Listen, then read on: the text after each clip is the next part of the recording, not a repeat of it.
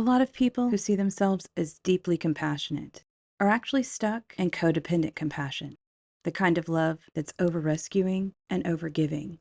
In this video, I'll show you the spectrum of compassion across 3 relationship types: codependent, independent, and interdependent, so you can see where you fall and what healthy interdependent compassion actually looks like.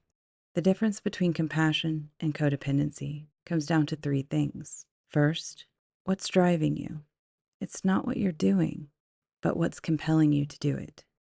Second, where you're giving from. Are you giving from your overflow, or are you giving from emptiness? And third, who's included in your care? Compassion includes yourself in the circle of care. Codependency excludes you from it. Understanding these 3 distinctions is what creates the spectrum we're about to explore. Every relationship exists somewhere on a spectrum, from codependency to independence, and seeing where you fall is crucial for emotional freedom. Independence, I don't need anyone. This is complete self-reliance. You handle everything alone, make decisions without input, and maintain emotional walls. While this creates personal strength, taken to extremes, it becomes isolation disguised as strength. Not only that, it often leads to a cycle of burnout, peppered with self-destructive events that can be very costly. Codependence. I need you to need me. This is when your sense of self becomes fully entangled with someone else's emotions, choices, and well-being. You lose personhood and agency to think for yourself within the relationship while believing you're being loving and supportive. This can be a trap on many levels that prevents everyone involved from reaching their personal potential, keeping this toxic pattern in place until acted on by an outside force. Interdependence. We choose each other. This is conscious partnership between 2 whole individuals. You're both complete and choose who you share your life with, supporting each other's growth while maintaining your own identity. This is where time apart and different interests and perspectives are not only tolerated, but celebrated, and the interaction between both parties is supportive of the other. Open and honest discussion and the ability to disagree and express needs and concerns plays a huge role in the long-term success of any relationship. Notice how each point on this spectrum creates a completely different experience of love and connection, as well as energetic contribution and total output. Now, what's interesting is how compassion looks depending on where your relationship lands on a spectrum.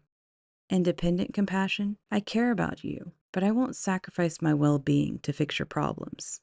This can feel cold, but it's actually sustainable compassion that doesn't create connections and also prevents resentment. Codependent compassion, I'll do anything to help you, even if it hurts me. This feels like love, but often enables the other person's dysfunction while depleting your own resources and breeds resentment and a sense of ownership over the person, as well as their problems, and isn't sustainable in the long run, nor is it healthy for anyone involved.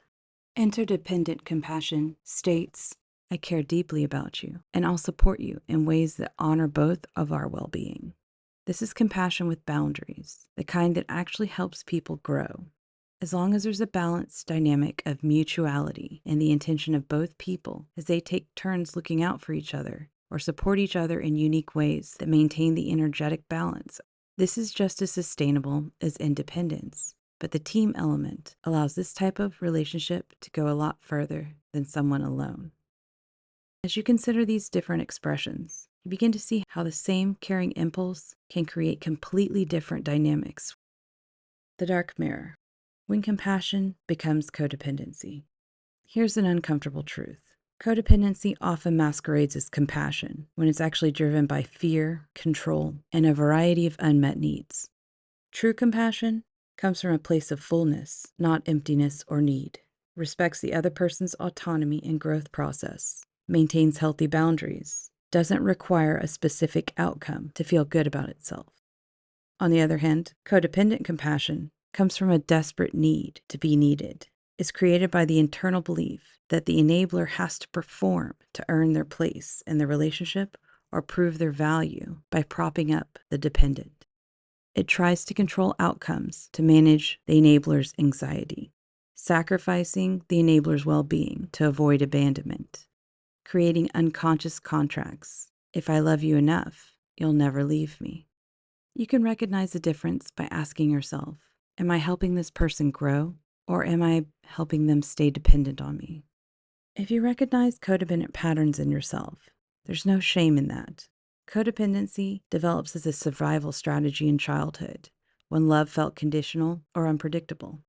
We often learn that certain behaviors get certain responses, and the unmet needs of our siblings and caregivers can train us to operate from a deficit of self-sacrifice, abandonment, or competing for attention and love with others.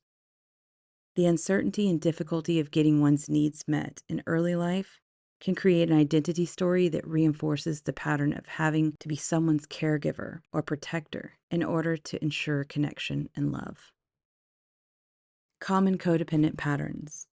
Your mood depends on someone else's mood, or their mood controls what you do. Feeling responsible for fixing other people's problems or blaming yourself. Providing advice that isn't asked for. Staying in relationships that drain you because you're afraid of being alone or what the other person might do.